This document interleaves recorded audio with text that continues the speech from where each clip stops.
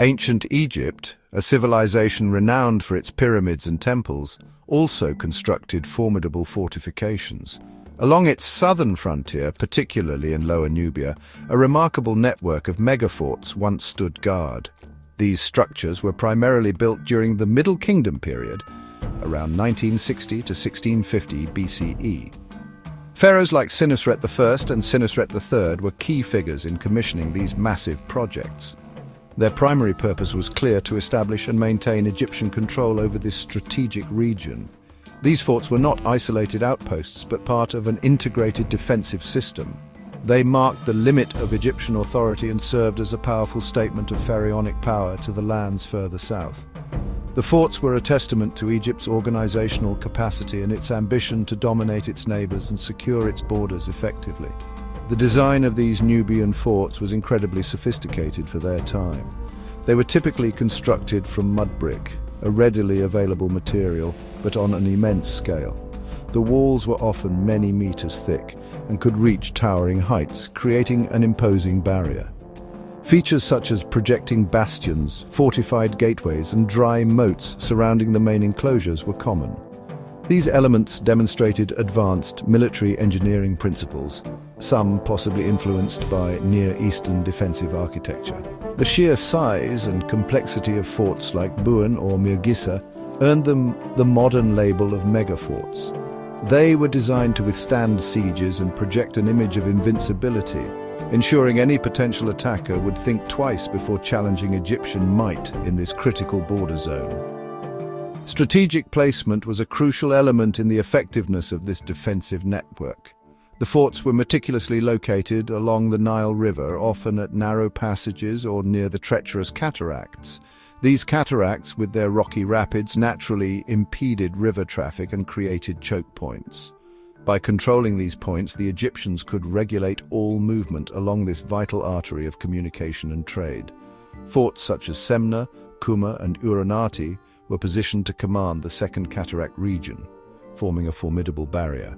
This careful positioning allowed the garrisons to monitor and control the flow of people and goods between Egypt and Nubia, effectively managing the southern border and its resources. This system ensured no unauthorized passage could occur. The primary external threat or rival in this southern region was the Kingdom of Kush. Centered further south in Nubia, Kush was a rising power with its own rich resources and ambitions. The Egyptian forts served as a clear line in the sand, a demarcation of Pharaoh's domain. While they were equipped for defense, their constant presence also acted as a powerful deterrent. They projected Egyptian military superiority and discouraged Kushite incursions into Egyptian-controlled territory. The forts were a constant reminder to the Nubians of Egypt's watchful eye and its readiness to defend its interests. This psychological aspect was as important as their physical defensive capabilities, ensuring regional stability on Egypt's terms and maintaining a buffer zone. Interestingly, despite their formidable military architecture, direct archaeological evidence of major battles or prolonged sieges at these forts is surprisingly scarce. This lack of extensive conflict evidence suggests that their primary role might not have been constant warfare. Instead, their very existence and the threat they posed were often enough to maintain Egyptian dominance. The forts were so imposing and well garrisoned that they likely deterred most direct assaults. Their success, therefore, might be measured more by the conflicts they prevented rather than those they fought. This indicates a strategic approach focused on control and deterrence, rather than solely on military engagement, showcasing sophisticated statecraft. The garrisons were there to maintain order, not necessarily to fight daily battles. These southern fortresses were much more than just military outposts. They functioned as significant administrative centers. They were the hubs of Egyptian governance in the controlled Nubian territories. Egyptian officials, scribes, and administrators resided within their walls, overseeing the region on behalf of the pharaoh. Their duties included managing local Nubian populations, ensuring loyalty, and collecting taxes or tribute. These forts were, in essence, small Egyptian towns transplanted onto Nubian soil, complete with the bureaucratic apparatus needed to run a colonial administration. They played a vital role in integrating these newly controlled areas into the broader Egyptian state system. This administrative function ensured the smooth operation of Egyptian interests far from the capital.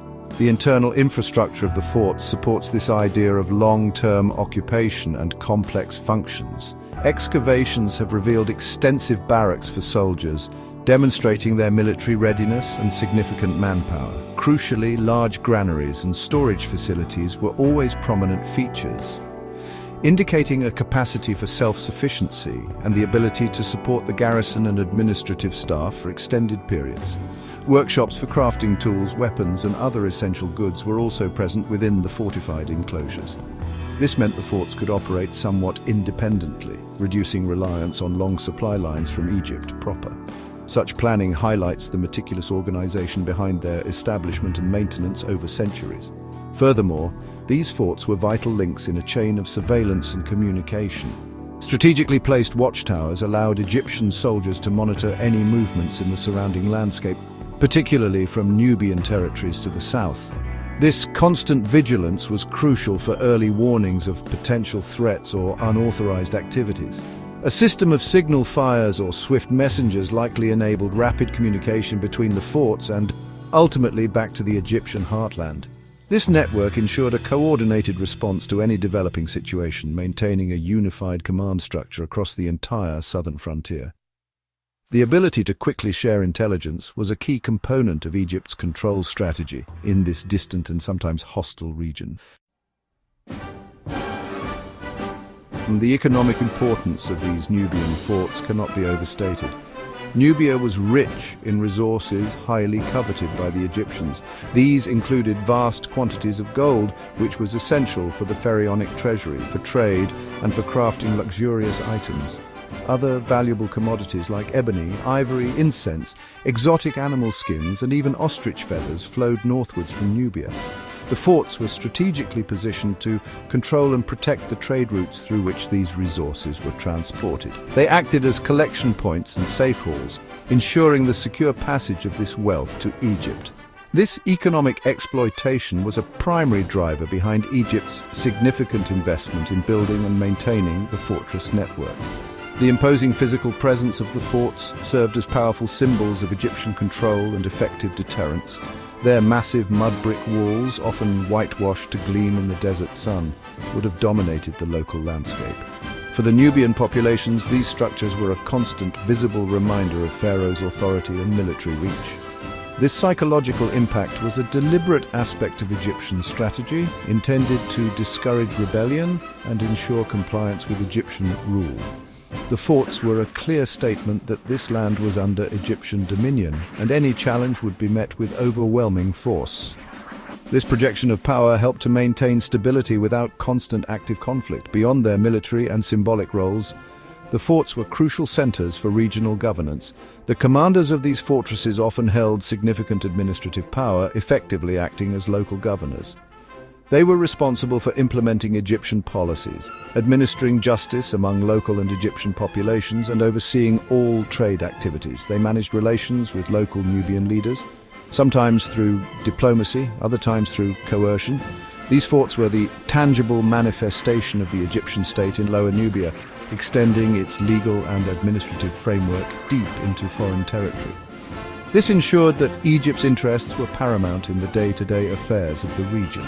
Ultimately, the network of forts was indispensable for securing these vital resources and maintaining Egyptian power in Nubia. They protected the precious supply lines from potential raiders or rival powers. They ensured the steady and organized flow of Nubian goods into the Egyptian economy, enriching the state and its elites. The forts acted as secure bases from which mining expeditions could be launched and trade missions organized. By controlling the land and its resources, Egypt solidified its position as the dominant regional power. The forts were thus not just defensive structures, but key instruments of Egyptian imperialism and economic exploitation in the south for many centuries. The prominence of these mighty southern forts eventually began to wane. During the New Kingdom circa 1550 to 1070 BCE, Egypt expanded its empire even further south, deep into Nubia, beyond the Second Cataract. This expansion meant that the original line of Middle Kingdom fortresses was no longer the frontier. they became situated well within Egyptian-controlled territory, losing their primary strategic importance as border defenses. While some forts were maintained or repurposed for administrative or logistical support, others gradually fell into disuse. The changing political and military landscape of the region rendered their initial function obsolete, leading to their slow decline over subsequent centuries. A more dramatic fate awaited many of these ancient sentinels in the 20th century. The construction of the Aswan High Dam in the 1960s led to the creation of the vast Lake Nasser. This monumental project, while bringing many benefits to modern Egypt, had a profound impact on the archaeological heritage of Nubia. As the waters of the Nile rose, many of the ancient forts, along with temples and settlements, were either completely submerged or became isolated islands. An unprecedented international rescue campaign, coordinated by UNESCO, was launched to salvage some of these treasures. Some forts, like Buin, were meticulously excavated before the waters claimed them, while parts of others were dismantled and relocated. Despite their partial submersion and decline, the Nubian forts retain immense historical significance. They stand as unique and powerful examples of ancient Egyptian military engineering and strategic planning. The scale of their construction and the sophistication of their design offer invaluable insights into the capabilities of the pharaonic state. They reveal much about Egypt's methods of border control, its colonial strategies, and its long-term relationship with its southern neighbors, particularly the Kingdom of Kush.